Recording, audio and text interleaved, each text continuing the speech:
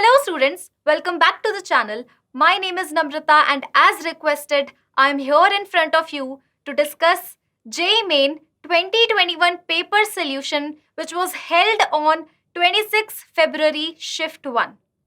So without wasting any time, let's get started.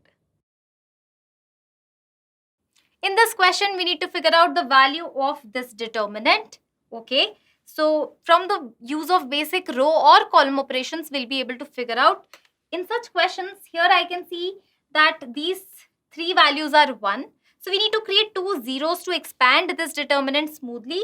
So what are the row operations I would like to apply? I'll change R2 and R3 in such a way I get 0 and 0 over here. So R2 goes to R2 minus R1 and R3 goes to R3 minus R1. Both simple row operations I'm going to apply. Let's do that. But first, let's just multiply these two. So this is a square plus 3a plus 2. This is a square plus 5a plus 6. And we have a square plus 7a plus 12. Rest terms are as it is. 1, 1, 1. Yes. Let's now apply these two row operations at one go. So this will become what? This minus this.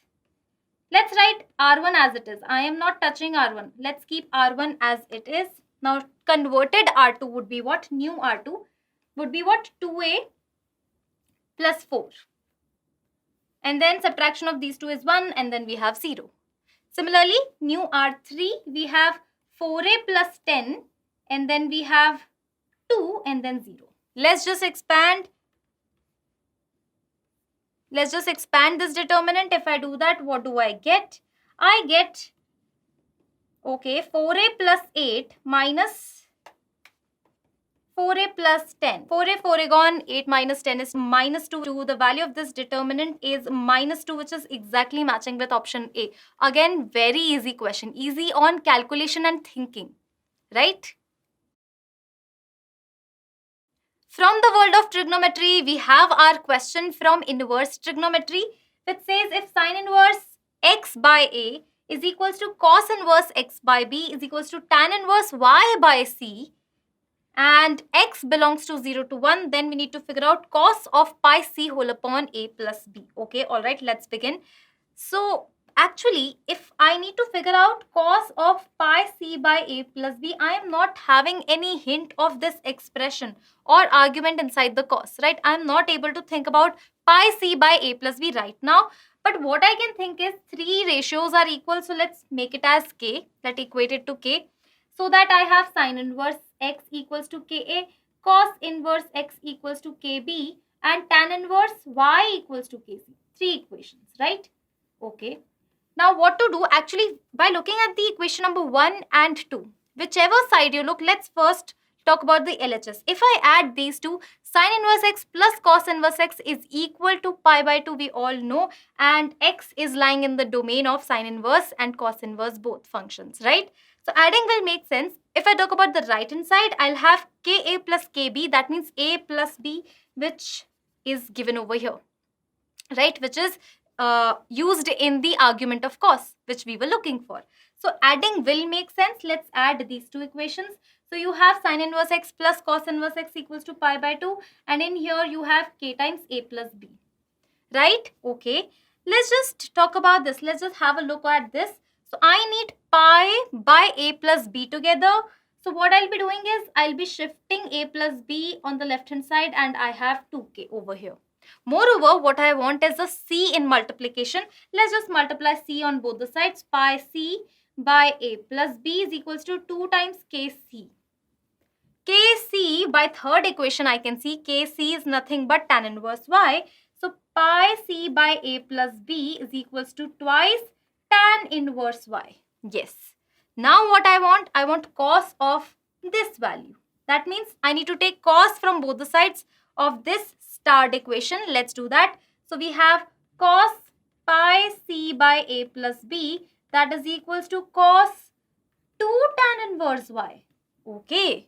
Cos 2 tan inverse y. What is cos 2 tan inverse y? Or if I talk about this, cos 2 theta. Let's take tan inverse y as theta. So cos 2 theta is nothing but 1 minus tan square theta whole upon 1 plus tan square theta, right? This is cos 2 theta, right? So this would be what? 1 minus tan square tan inverse y. Tan inverse y is nothing but y. So over here I have y square and y square. So 1 minus y square whole upon 1 plus y square is the value of cos of 2 tan inverse y. So this is exactly matching with option B. Okay. From the scoring chapter matrices, we have our next question which says A is a symmetric matrix of order 2 with integral entries. Sum of the diagonal elements of A square is given as 1 and we need to figure out how many possible such matrix are there. Okay, let's begin. Let's talk about symmetric matrix of order 2. So if I talk about symmetric matrix of order 2, that will have A11, A12, A21, A22.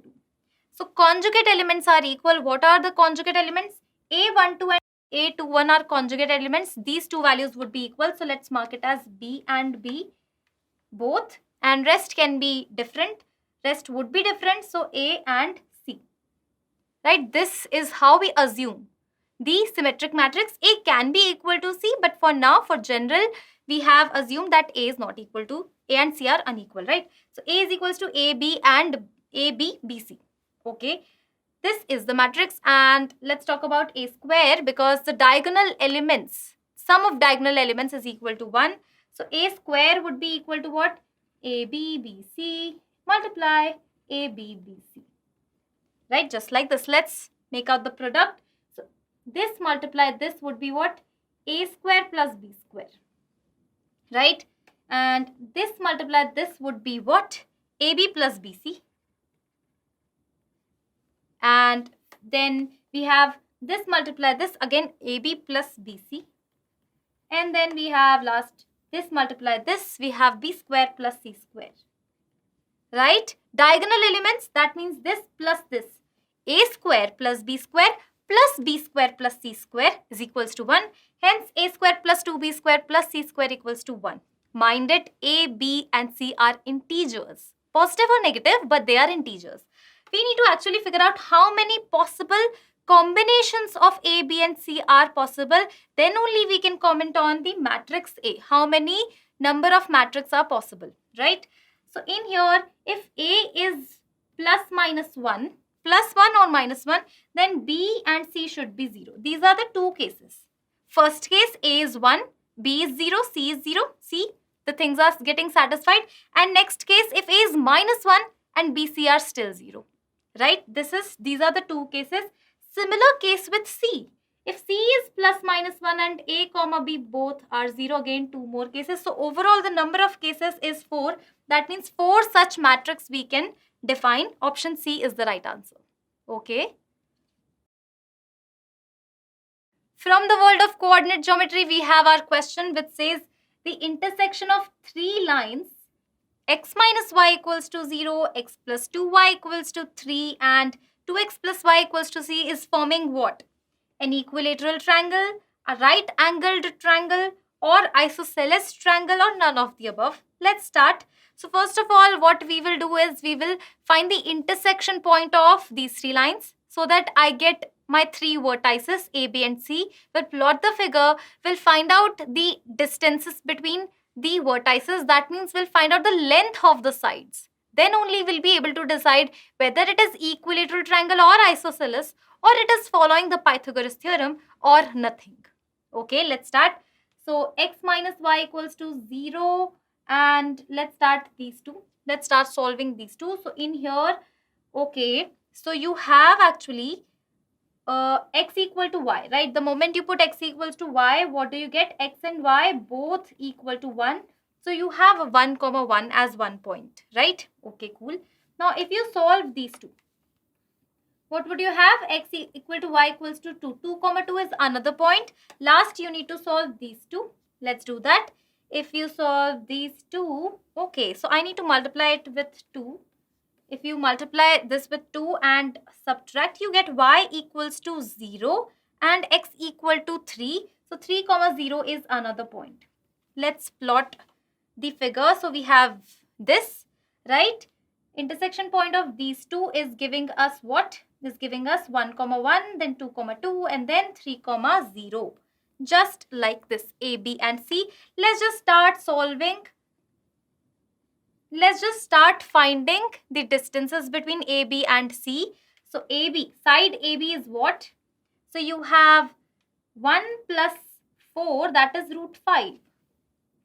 What about BC? BC you have actually 1 plus 1, that is equals to root 2. And what about CA? So this is not an equilateral triangle. All right. Okay, CA is what? 4 plus 1, that is root 5. This is an isosceles triangle, isn't it? And if you try to apply Pythagoras, you'll realize this is not following Pythagoras theorem. So this is not a right-angled triangle. So this is nothing but isosceles triangle, right? From the world of calculus, we have our question from application of derivatives, which is asking us to calculate at what point the maximum slope of this curve will occur. The moment I see slope of any curve, it is directly associated with dy by dx. So we are looking for maximum value of dy by dx, right? Maximum value of any function. If we need to figure out, we need to take that function as f of x. We need to talk about f dash x. The potential points are those points when f dash x is equal to 0. The moment I get those points, I'll quickly calculate f double dash x, and at what all points f double dash x is negative, that point would be point of maximum. I'll get a maximum slope. Now you know the algorithm. Let's just execute this so that the picture would be much clearer to you, right? So this is y. Let's just talk about dy by dx, which is what? Okay, so we have 4x cubed by 2 minus 15x square plus 36x minus 19. This is f of x because I am looking for maximum value of this expression, right? Maximum value of slope. That means maximum value of dy by dx. That means maximum value of f of x, right? So I just need to differentiate it and make it equal to 0. Let's do that. F dash x is equal to 6x square minus 30x plus 36. If this is 0, that means x is okay. This is 0 means if I take 6 common, what do I get? X square minus 5x plus 6 equals to 0, right? That means x is either 2 or 3. Okay. So f double dash x. Let's talk about f double dash x. F double dash x is the one who will tell us whether at x equals to 2, I'll get the maximum value of this, or whether at x equals to 3, I'll get the maximum value of this. Or there can be some other thing as well. So let's talk about that. F double dash x. Okay. So that would be what? 12x minus 30. The moment I put x equal to 3, I get 36 minus 30, that is a positive, right? And the moment I put x equals to 2, what I have is 24 minus 30, a negative number. F double dash x negative means at this point we are having maximum of f of x, right? So that means at x equals to 2, we are going to have point of maximum of f of x, right? Okay, and we are actually looking for point on that curve. This is the curve. We just need to put x equals to 2 in this. Let's just do that. Y of 2 would be equal to 1 by 2, 2 raised to power 4 minus 5 multiply 2 cube plus 18 multiply 2 square minus 19 multiply 2. This is what? 8 minus 40 plus 72 minus 38. If you solve it, what would you get? 2. That means y is 2, x is 2. The point is what? 2, 2, that is matching with option B. All right. From the section calculus, we have our question which says f be any function defined on all reals which satisfy the given condition, which is modulus f x minus f of y less than or equals to modulus x minus y the whole square for all values of x, y belongs to R. Further, it is given that f of 0 is 1 and we need to comment on f of x. We need to take out the information on f of x. Okay. So the very first move of this particular question is extremely important. Moreover, one more thing is to observe that the involvement of two variables is making this question look a bit difficult, right? So the agenda is to actually somehow get rid of the one variable. Okay, so the very first thing which I'm going to do over here is I have x minus y two times. So I'll keep this x minus y in the denominator. You'll understand why I am doing this, because I'm trying to actually make the definition of differentiation by first principle. Yes, so I have modulus x minus y on the left hand side denominator, and rest I have as it is. Right, this is the thing I'm having now. As I told you that I want to get rid of one variable, so what I'll be doing is I'll be taking actually limit on both the sides. Yes, because in first principle differentiation rule, I have limit on both the sides, right? Limit x tending to y, this is extremely important. Limit x tending to y, f of x minus f of y, modulus of this value whole upon x minus y, less than or equals to modulus x minus y, right? X tending to y, that means x equals to y plus h, right? We can apply this. Okay, so if x is y plus h, then this would be what? Y plus h. This would be what? Y plus h. And this would be what? Y plus h. Y gone. RHS is modulus some small quantity. This is 0, right? And on the left hand side, if I see this is f of y plus h minus f of y whole upon h. This is nothing but modulus f dash y. That's what we were making. We were creating the first principle rule over here. So f dash y, modulus value is less than or equal to 0. Interesting. Modulus of any value is either equal to 0 or less than 0. Modulus cannot be negative, hence f dash y is equal to 0. So differentiation of any function is 0. That means that function f y is constant function. The function f of y is a constant function, right? And moreover, one more information given. F of 0 equals to 1, right? At all values, the function would be constant. If f of 0 is 1, then f of x or f of y would be what? 1. This is a constant function whose value is 1. That means f of x is always positive for all values of x belongs to real is the right answer. A option is wrong. This is not negative. F of x can take any value in R. Again, wrong. Right? F of x equals to 0, wrong. Only D option is absolutely right. All right. From the world of calculus, we have a question from definite integral in which we need to calculate the value of this integral where lower limit is minus pi by 2 and upper limit is pi by 2. This is I. Let us assume this is I. What I'll be doing is I'll be applying interesting properties from definite integral. So let me remind you that property, for example, you have f of x minus a to a dx, right?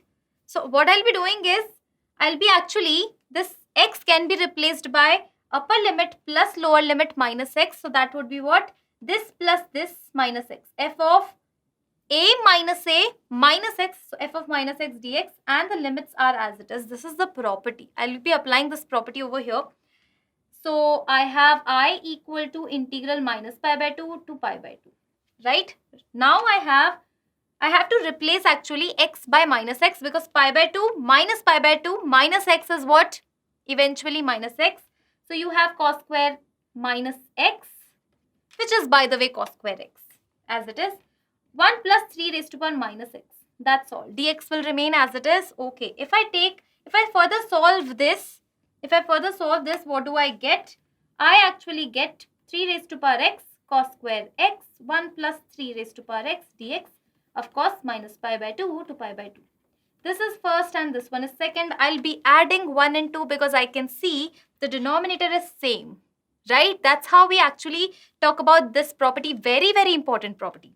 2i is equals to, and basic property, 2i is equals to, okay, cos square x plus 3 raised to power x cos square x, 1 plus 3 raised to power x dx. Integral would be from minus pi by 2 to pi by 2. Cool. Now I have 2i equals to, if I take cos square x common, 1 plus 3 raised to power x would be gone. So cos square x dx, that's it, minus pi by 2 to pi by 2. Alright, and actually this value is nothing but pi by 2. 2i is pi by 2. See, you need to remember this. Cos square x, integral of cos square x from minus pi by 2 to pi by 2, half cycle, is nothing but pi by 2. 2i is equals to pi by 2. Hence, I is equals to pi by 4 is the right answer, which is matching with option D. Got it? From the chapter limits, we have our question which says we need to figure out the limit of this expression involving h, where h is tending towards 0. If you check the form of this expression, the form is nothing but 0 by 0, which is a proper indeterminate form. So let's start solving this part. So we have, as you can see, we have sine pi by 6 plus h and cos pi by 6 plus h both in numerator. So what I'll be doing is, and of course we have root 3 over here. What I'll be doing is I'll be actually dividing the numerator by 2. So that I have what?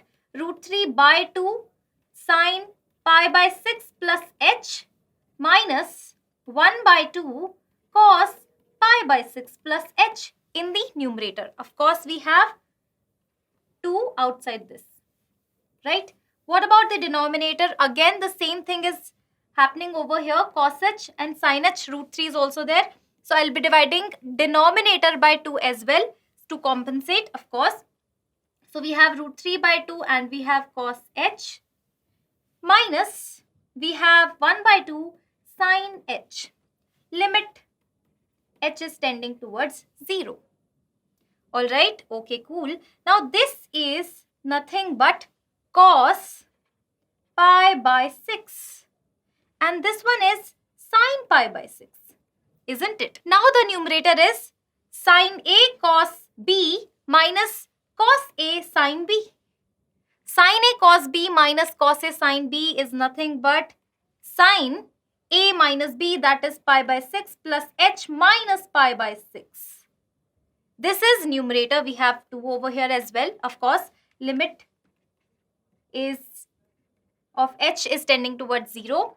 And in the denominator, what do I have? This is what? Cos pi by 6 and this one is sin pi by 6. In the denominator, we have cos h cos pi by 6 minus sin h sin pi by 6, which would be what? Cos h plus pi by 6. Yes, cos h plus pi by 6, and we do have root 3h in both denominator. Okay, alright, pi by 6 is gone. Now I am left with actually limit h is tending towards 0 twice of sin h by root 3h cos h plus pi by 6. Now what is sin h by h where limit h is tending towards 0? That is 1, right? So we are actually left with the moment I put h equals to 0 or h is tending towards 0. We have 2 by root 3. The sin h by h is gone. And then we have cos 0 plus pi by 6. Cos pi by 6 is root 3 by 2. So we have root 3 by 2 or root 3 by 2 like this. So overall, the answer of this particular limit is nothing but 4 by 3, which is sitting in option C. Okay. From the world of probability, we have our question which says a fair coin is tossed a fixed number of times. Probability of getting 7 heads is equal to probability of getting 9 heads, and we are interested in probability of getting 2 heads. As per the question, probability of getting 7 heads is equals to probability of getting 9 heads, right? And the moment I actually read this first line, very, very important. A fair coin is tossed a fixed number of times, or an event is happening n number of times. What happens when an event is happening n number of times? This is a clear-cut case of Bernoulli's trials. Yes, what happens in Bernoulli's trials? We do an event n number of times, out of which there are r success and n minus r failures. Some success and rest failures. Yes, and the formula of getting exactly r success, probability of exactly getting r success is nothing but NCR. P is the probability of success raised to power r, Q is the probability of failure raised to power n minus r. Of course, success plus failure probability sum would be what? 1.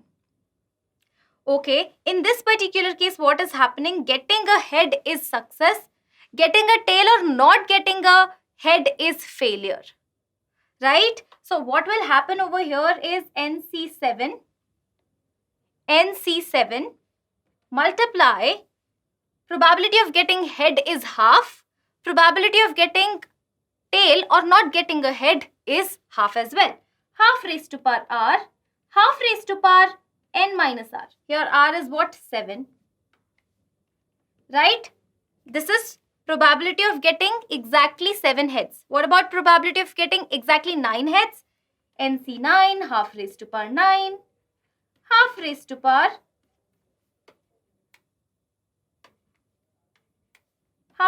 power n minus 9. Overall, if you see, LHS has half raised to power n, so I'll cancel out these two. So now you have NC7 equals to NC9. By applying the property of binomial coefficients, I can say that 7 plus 9 equals to n. 7 plus 9 equal to n, that means n equals to 16. Total 16 trials are happening over here. Yes, if we equate these two properties, what I get is n equals to 16. Total 16 trials are happening over here. Okay, 16 times we have tossed a coin. We are looking for probability of getting exactly 2 heads. Let's calculate this. So 16 C2 half raised to power 2 half raised to power 16 minus 2, that is 14. If you solve it, what would you get? 16 multiply 15 by 2 multiply half raised to power 16. Right? So this would be 8. 8 is what? 2 cube. So 2 cube by 2 raised to power 16 would be what? 2 raised to power 13. And in the numerator we have 15. So finally you have 15 by 2 raised to power 13, which is exactly matching with option B. Okay. From the section vector 3D, we have a question which says, these 4 points involving lambda are coplanar, then sum of all possible values of lambda we need to figure out. Okay. Very straightforward question. What happens when 4 points are coplanar, or rather let me put it this way, 3 vectors formed by these 4 points. Yes, actually we have 4 points. If I talk about 3 vectors formed by these 4 points are coplanar, as you can see. That means box formed by these 3 vectors would be equal to 0. Let us assume this is P, this is Q, this is R, this is S. So PQ vector, PR vector, PS vector are the 3 vectors. Box of these 3 vectors is equals to 0. That means we'll form a determinant, we'll equate it to 0. That's all. So let's just do that. These are the 4 points. Let's form 3 vectors, PQ, PR, PS. PQ. First row will be formed by PQ vector. Yes. So we have 6. How to form PQ? Position vector of Q minus position vector of P. So we have 6, 0, minus 30. Right now PR. PR is what? We have 0, lambda minus 5, minus 28. What about PS? We have 2 lambda. This is 2 lambda minus 1. And then we have minus 4. And then we have minus 33. This is equal to 0. Right? Let's just expand this. But I can see row 1 is having 6 common. So let's take out 6 common. RHS is anyway 0. 6 would be gone. So we have 1, 0 and minus 5. 0 lambda minus 5, minus 28. 2 lambda minus 1. This is minus 1. Then minus 4, then minus 33. This is equals to a big fat 0. Right? Let's just expand, get the value of lambda, find all the possible values of lambda, take some of those values, right? Let's just do that. Okay, 1, then we have minus 33, lambda minus 5, and then we have minus 28 multiply 4 would be what? 1, 1, 2. Right? This is anyway 0. Then we have minus 5. Inside this we have, okay, so minus 5, we have 2 lambda square with a negative sign, that means a positive, 2 lambda square minus 11 lambda plus 5, that is equals to 0. If you solve it, what would you get is 10 lambda square, and then you have minus 88 lambda plus 78 equals to 0. This is a quadratic in lambda. What is the quadratic? 10 lambda square minus 88 lambda plus 78 equals to 0. We are looking for sum of all possible values of lambda. Lambda 1 plus lambda 2 is equal to 88 by 10, that is 44 by 5. So finally you have, so by sum of roots, 44 by 5, which is exactly matching with option D. Got it?